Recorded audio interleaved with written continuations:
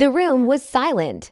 Emily sat across from her father at the old wooden dining table, the same table where she had eaten dinner every night as a child. But tonight, nothing felt familiar. Her father slid a folded paper across the table. His voice was calm, but cold. "Sign this," he said, "or I'll ruin you." Emily looked down at the paper. She did not touch it. Her hands were shaking, but her face stayed still. She had learned a long time ago not to show fear in this house. To understand this moment, you have to go back just a few weeks earlier, before the threats, before the anger, before everything fell apart. Emily was 32 years old.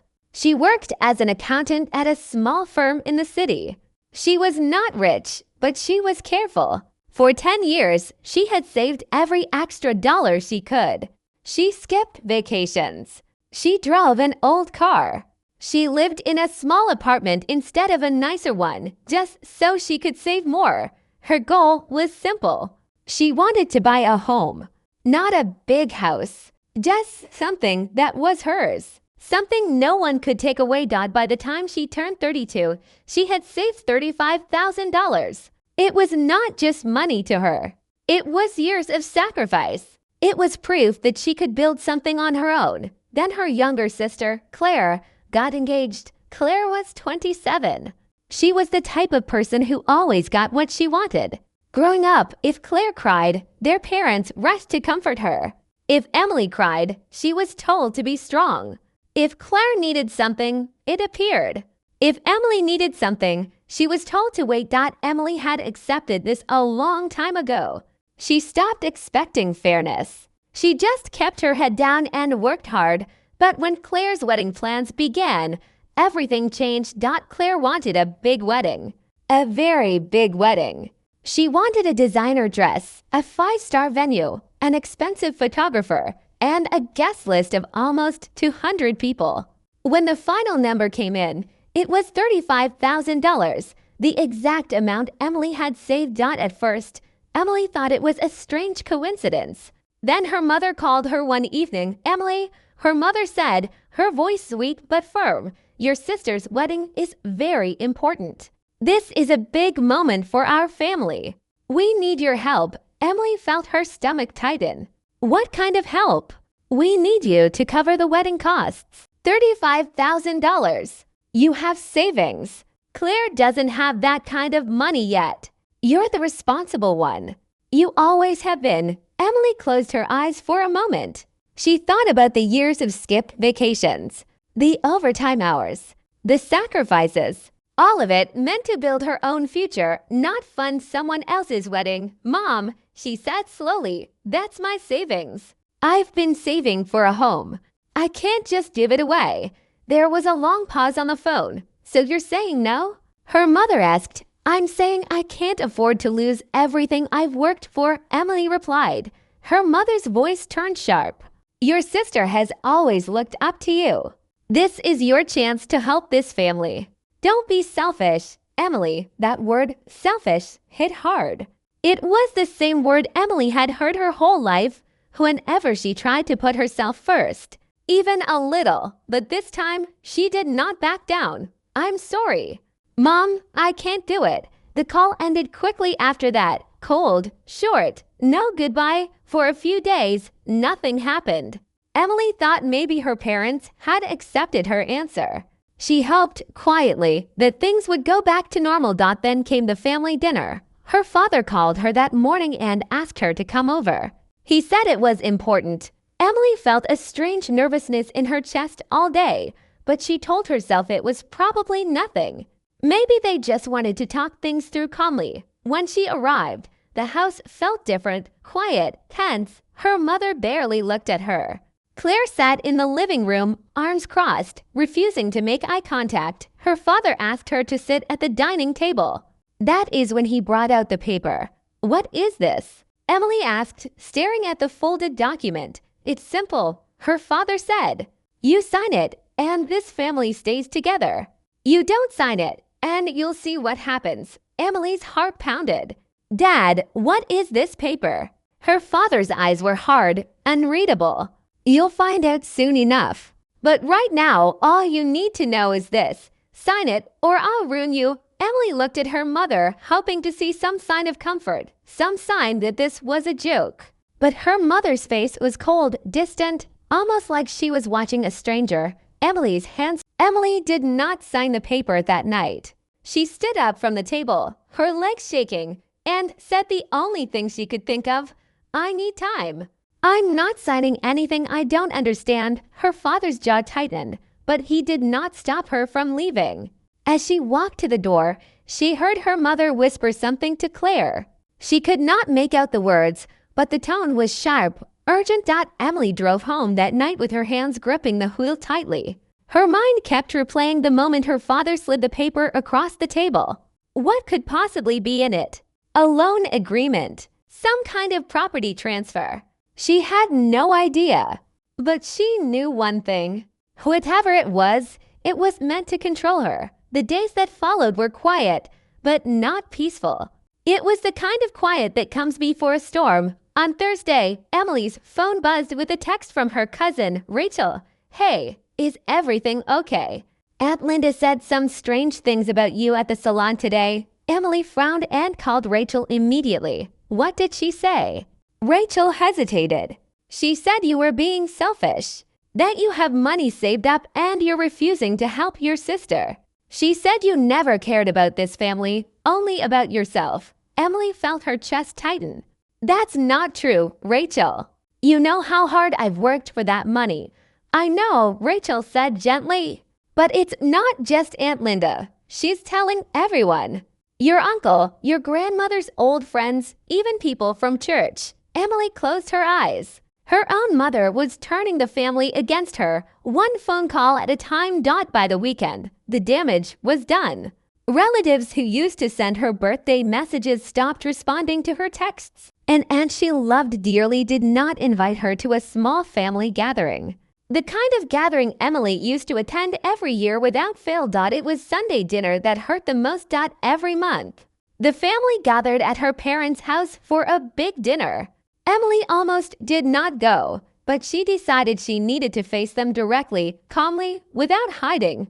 The moment she walked in, the tension in the room was thick. Conversations stopped. Claire glanced at her, then quickly looked away. Her mother greeted her with a stiff smile, the kind reserved for strangers. Dinner started awkwardly, but it did not stay quiet for long. Halfway through the meal, Claire suddenly put down her fork and looked directly at Emily. "I just don't understand you," Claire said, loud enough for everyone to hear. "I'm your sister. This is supposed to be the happiest time of my life, and you're ruining it because you're jealous." The table went silent. Emily felt her face grow hot. "Jealous?" Emily repeated. "Claire, I saved that money for years. It's not about you. It's about my future." Claire scoffed. "Your future? You're 32 and single. What future are you even saving for?" A few relatives gasped quietly. Even Emily's father shifted uncomfortably, though he said nothing to stop Claire. Emily wanted to respond, to defend herself, but she realized something in that moment. No matter what she said, they had already decided she was the villain. This wasn't really about the wedding money anymore. It was about control, about keeping her in the role she had always played. The quiet one who gives and never asks for anything back. She stood up from the table, her voice steady despite the storm inside her. "I think I should go." No one stopped her. Not even her mother. As she gathered her things near the front door, she heard her parents' voices coming from the kitchen, low and urgent. She paused, curiosity pulling her closer. Double quotes. "We need to finalize this before she talks to anyone else." Her father was saying, "She won't find out." Her mother replied, "Not if we handle this quickly." Before she finds out the truth about the property, Emily's heart skipped. The property? What property? Her grandmother's old house, maybe? Or something else entirely? She leaned in slightly, straining to hear more.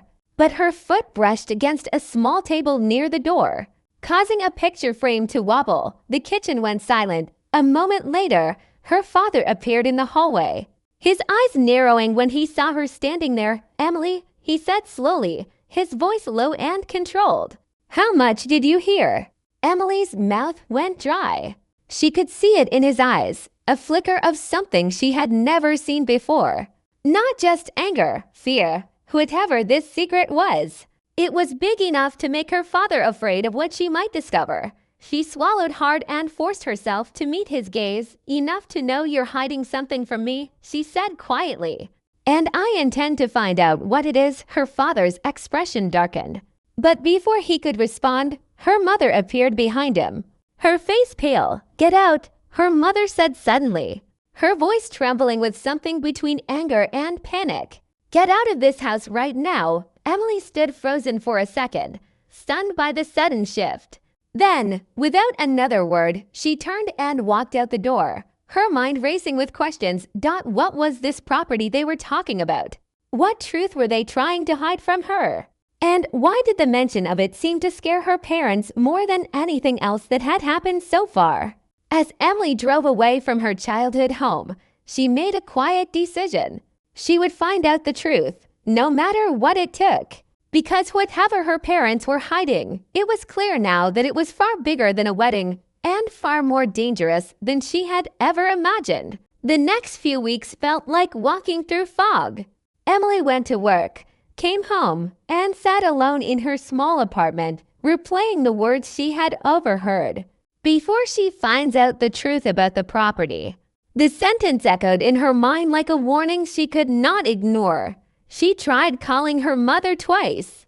Both calls went unanswered. She texted Claire, asking if they could talk. Claire never replied. It was as if she had disappeared from her own family's world. Work did not offer any relief either.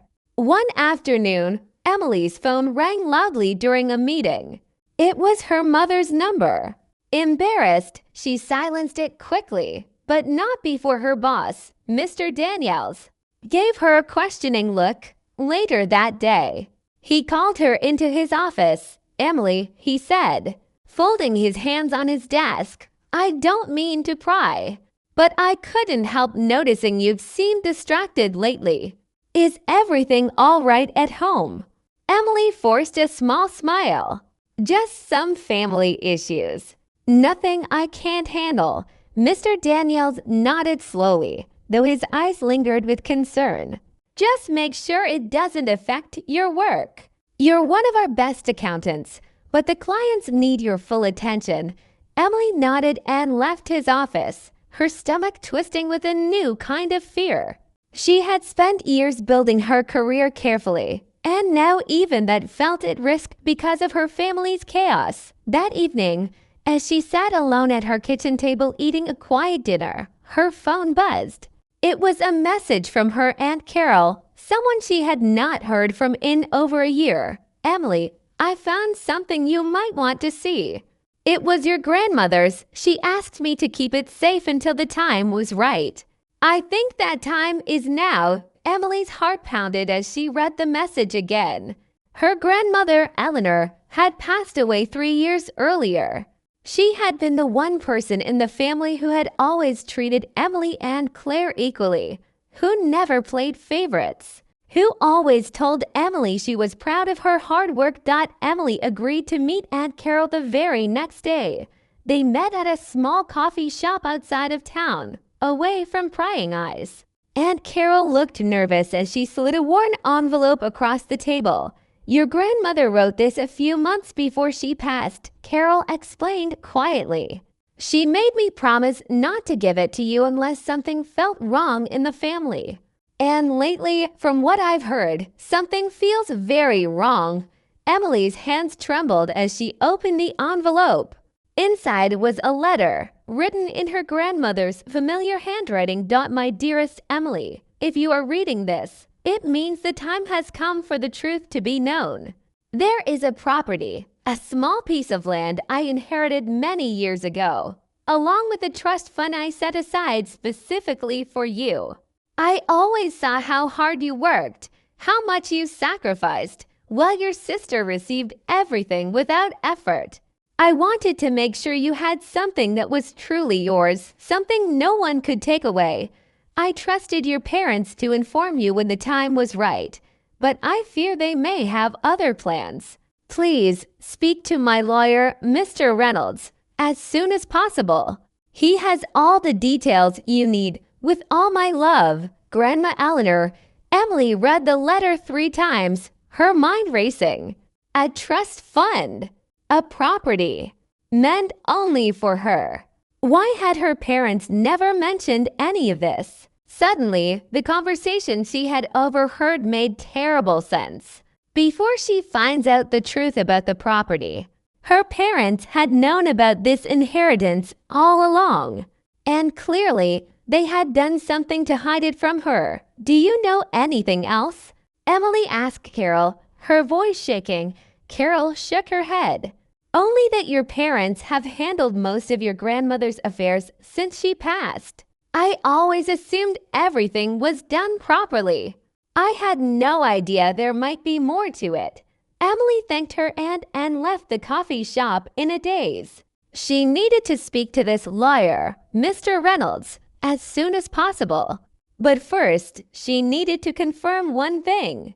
She drove straight to her parents' house. The letter clutched tightly in her hand. When she arrived, her mother opened the door, her expression turning to shock the moment she saw the envelope in Emily's grip. Where did you get that? Her mother demanded, her voice sharp with panic. From Aunt Carol, Emily said calmly. Grandma wanted me to have it. She wanted me to know about the property and the trust fund. Her mother's face went pale. For a moment, she said nothing, simply staring at the envelope as if it were a ghost from the past. Then, without warning, she reached out and snatched the letter from Emily's hands. This was never meant for you to see, her mother said, her voice trembling with something between anger and fear. Mom.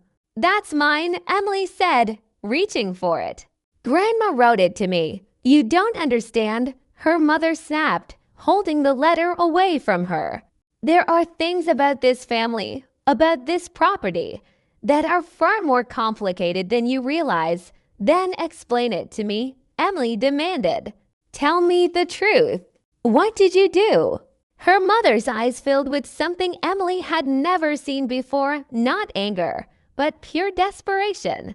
You need to stay out of this, Emily, for your own good. Why?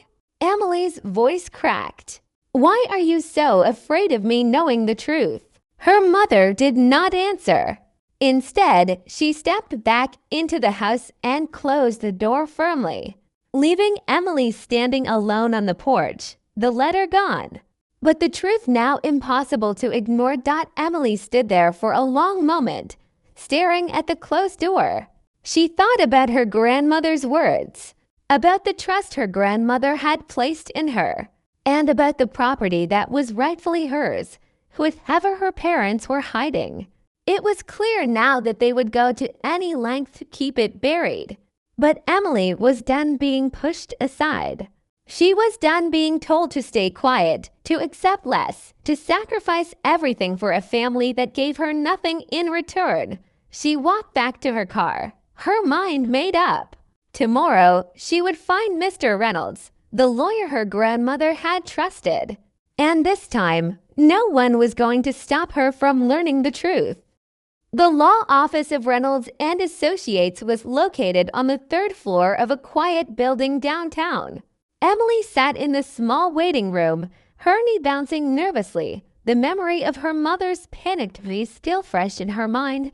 A few minutes later, a tall man in his 60s stepped out of his office. He had kind eyes and a calm presence that immediately put Emily slightly at ease. You must be Emily, he said, extending a hand. Your grandmother spoke of you often. Please, come in. Emily followed him into his office and sat down across from his large wooden desk. Mr. Reynolds pulled out a thick file and placed it in front of him. I have to admit, he said, I've been expecting your call for quite some time. Your grandmother left very specific instructions. I only just found out about any of this, Emily said. My mother took the letter before I could read it fully. I don't even know exactly what's in the trust. Mr. Reynolds nodded gently. Let me explain everything from the beginning. He opened the file and began to speak. Your grandmother, Eleanor, inherited a piece of land many years ago from her own parents. Over time, that land increased significantly in value. Before she passed, she set up a trust fund using a portion of that value, specifically naming you as the sole beneficiary. Emily's breath caught. Me, not Claire too. No, Mr. Reynolds said. Your grandmother was very clear about her reasoning. She told me she had watched you work hard your entire life while your sister received special treatment. She wanted to make sure that, at least once, fairness would be restored. Emily felt tears building in her eyes, but she pushed them back, needing to hear more. So what happened? She asked. Why don't I know anything about this? Why would my parents hide it? Mr. Reynolds' expression grew serious. After your grandmother passed, your parents were named temporary caretakers of her estate until certain legal matters were finalized. It appears they used that time to access funds from the property, funds that were meant to remain untouched until you were formally notified of the trust. Emily's stomach turned. You're saying they used my inheritance? It appears so, Mr. Reynolds said carefully. Based on financial records that were filed with our office, a significant amount of money was withdrawn against the property's value over the past 3 years. The pattern of withdrawals aligns closely with major family expenses in that time period. Emily thought immediately of Claire's engagement party 6 months ago, the new car her parents had bought last year, the expensive vacation to celebrate Claire's job promotion. Had all of that been funded, at least partly, by money that was supposed to be hers? There's something else, Mr. Reynolds added, his voice quieter now. The paper your father wanted you to sign. Do you still have any information about it? Emily shook her head. No, I never even saw what was written inside. He just told me to sign it or he would ruin me. Mr. Reynolds leaned back in his chair, his expression grim. Based on the timing and the pressure you've described, I believe that document may have been an agreement to formally waive your rights to your grandmother's estate. If you had signed it, you would have unknowingly given up your legal claim to the trust and the property forever. Emily felt a chill run through her body. She had been so close to signing away her own inheritance without even knowing it existed. Why would they do this to me? Emily whispered, more to herself than to Mr. Reynolds. I can't answer that, he said gently. But I can help you protect what is legally yours. If you're ready, we can begin the process of formally claiming the trust and investigating the misuse of funds. Emily sat quietly for a moment, absorbing everything. Part of her wanted to storm back to her parents' house immediately and confront them.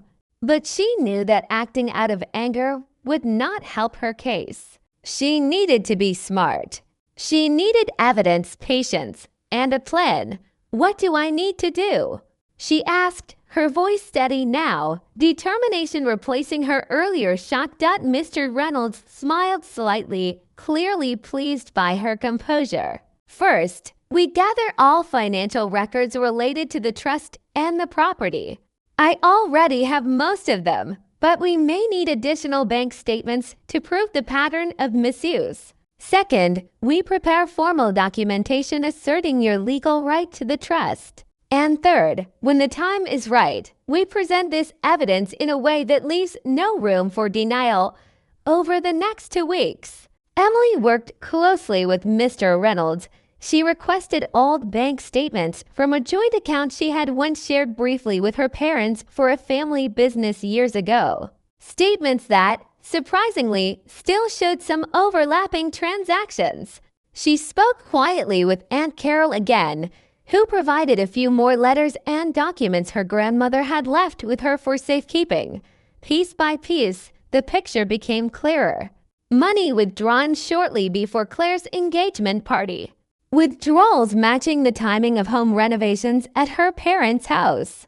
And most damning of all, a series of transfers made just weeks after her grandmother's funeral. Before Emily had even been told anything about a trust fund, while gathering evidence, Emily also reconnected quietly with a few trusted family members, including Aunt Carol and her cousin Rachel, who had reached out earlier with concern. She did not reveal everything, but she hinted that the truth about the family was more complicated than anyone realized, and that soon everyone would understand why she had refused to pay for the wedding. Then, one evening, as Emily reviewed the final set of documents Mr. Reynolds had prepared, her phone rang. It was her mother's number. Emily hesitated before answering. "Hello." Her mother's voice was tense, unusually formal. "Emily, we're having a family gathering this weekend. Your father wants to finally settle things properly, as a family. We'd like you to be there." Emily's mind raced. Settle things. She knew exactly what that meant. They likely still believed she knew nothing solid, that they could still pressure her into signing away her rights quietly. Before she uncovered the full truth, "I'll be there," Emily said calmly, masking the storm of emotions building inside her. As she ended the call, she looked at the folder of evidence sitting on her table, carefully organized and complete. This weekend, her parents expected to finally corner her into submission, but this time, Emily would not be walking into that house empty-handed or unprepared. This time, she held the truth in her hands, and she intended to use it. Saturday arrived faster than Emily expected. She stood outside her parents' house, the same house she had grown up in, holding a plain folder that now felt heavier than anything she had ever carried. Inside, she could hear voices, laughter, the clinking of plates. It sounded like any other family gathering. But Emily knew better. She took a deep breath and walked inside. The living room was filled with relatives, more than she expected. Aunt Carol was there, along with Rachel, a few uncles, and even some family friends. Claire sat near the window, dressed elegantly, clearly still in full wedding planning mode. Completely unaware of what was about to unfold, Emily's father stood near the fireplace, a glass of wine in his hand, looking confident and in control. "Exactly like a man who believed he had already won, Emily," he said warmly, though his eyes carried a warning underneath the smile. "Glad you could make it. We were just about to discuss some family matters." Emily nodded calmly and took a seat near the center of the room, the folder resting on her lap. After a few minutes of small talk, her father cleared his throat, signaling for quiet. The room settled, everyone turning their attention toward him. "As you all know," he began, "our family has been going through a difficult time. Claire's wedding is fast approaching, and unfortunately, there have been some disagreements about finances." He looked directly at Emily. "We're hoping today we can finally resolve this." As a family, he reached into his jacket and pulled out the same folded paper from before, placing it on the coffee table in front of Emily. "All we're asking," he said, his voice calm but firm, "is that Emily sign this agreement, confirming her decision regarding the wedding contribution, so we can move forward peacefully." The room was silent. Emily felt everyone's eyes on her, judgment and pity mixed together on their faces. She could see it. They had already decided she was the problem. She looked down at the paper, then back up at her father. "Before I sign anything," Emily said, her voice steady, "I think everyone here deserves to know the truth." Her mother's face went pale instantly. "Emily, this isn't the time." "No," Emily interrupted gently but firmly. "It's exactly the time." She opened the folder on her lap and pulled out the first document. "This is a letter from Grandma Eleanor," she said, holding it up for the room to see. In it, she explains that she left a trust fund and a property specifically for me because she wanted to make sure I was treated fairly after years of being overlooked. Gasps rippled through the room. Claire's confident expression faltered for the first time. She also explains, Emily continued, that she trusted our parents to inform me of this when the time was right. Instead, they hid it from me for 3 years. That's not true, her father said sharply, though his voice wavered slightly. Emily calmly pulled out the next set of documents. These are financial records showing withdrawals made against the property's value, money that was legally part of my trust. The withdrawals match almost exactly with major expenses over the past few years. Claire's engagement party, the home renovations, even part of the wedding deposit already paid. The room erupted into murmurs. Aunt Carol's hand flew to her mouth. Rachel stared at Emily, wide-eyed, clearly stunned. Claire's face had gone completely white. Mom, Dad. Is this true? Her father opened his mouth to respond, but no words came out. For the first time, Emily saw something break in his usually confident expression. Emily continued, her voice steady despite the storm around her. And this, she said, holding up the final paper, the one her father had originally asked her to sign, is a legal waiver. If I had signed this, I would have permanently given up any claim to the trust and the property my grandmother left me. Without ever knowing what I was signing away, the room fell into stunned silence. Her mother suddenly stood up, her face flushed with anger and desperation. You don't understand what you've done, she said, her voice trembling. You have no idea what you've just done to this family, what I've done. Emily said, finally allowing some of her own anger to surface. I didn't hide an inheritance. I didn't manipulate my own daughter. I didn't threaten to ruin someone for refusing to give up everything they worked for. We did what we thought was best for this family. Her mother snapped back. Claire needed help. You always manage on your own. We thought you would understand. Emily's voice cracked slightly, emotion breaking through her calm exterior. I was willing to sacrifice for this family my entire life, but you didn't ask me to sacrifice. You tried to steal from me and then threatened me when I said no.